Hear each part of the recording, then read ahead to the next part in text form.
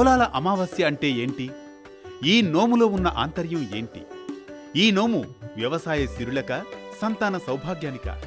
తెలుసుకుందాం నేటి పరమార్థం.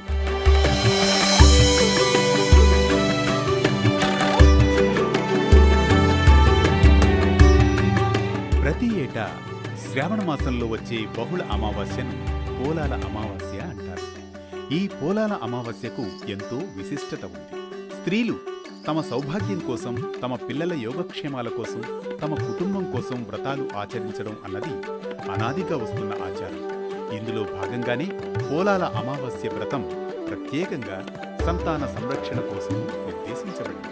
ఈ వ్రతాన్ని ఆచరిస్తే సంతానం లేని వారికి సంతానం కలుగుతుందని, అలాగే సంతానం ఉన్న స్త్రీలకు వారి సంతానం ఆయురారోగ్యాలతో సుభిక్షంగా వర్ధిల్లుతుందని విశ్వాసం.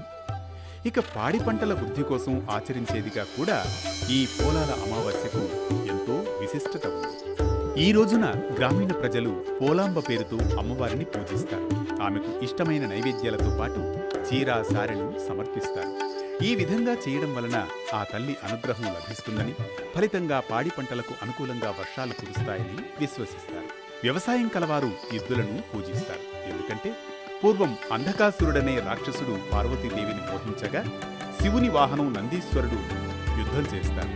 అందుకు శివుడు నందిని వరం కోరుకోమనగా శ్రావణ బహుళ అమావాస్య రోజున అది వృషభ రూపంలో నిన్ను రైతులు పూజిస్తారని శివుడు అనుగ్రహించినట్లు, అందువల్లే ఇది ఆనవాయితీగా వస్తోందని మన పెద్దలు చెబుతారు.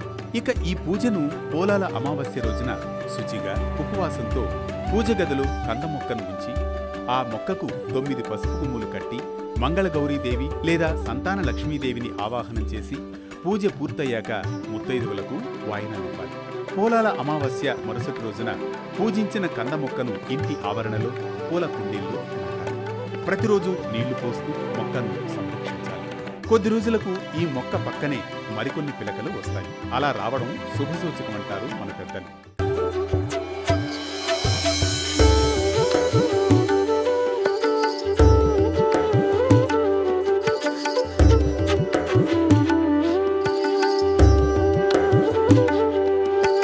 కంద మొక్కకు పిలకలు వస్తే సంతానం లేని వారికి సంతానం కలుగుతుందని మన శాస్త్రవచనం. అలాగే సంతానం అభివృద్ధిలోకి వస్తుంది.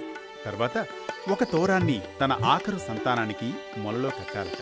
అలా చేస్తే సంతానం ఆయురారోగ్య ఐశ్వర్యాలతో 10 కాలాల పాటు చల్లగా ఉంటుందని విశ్వాసం.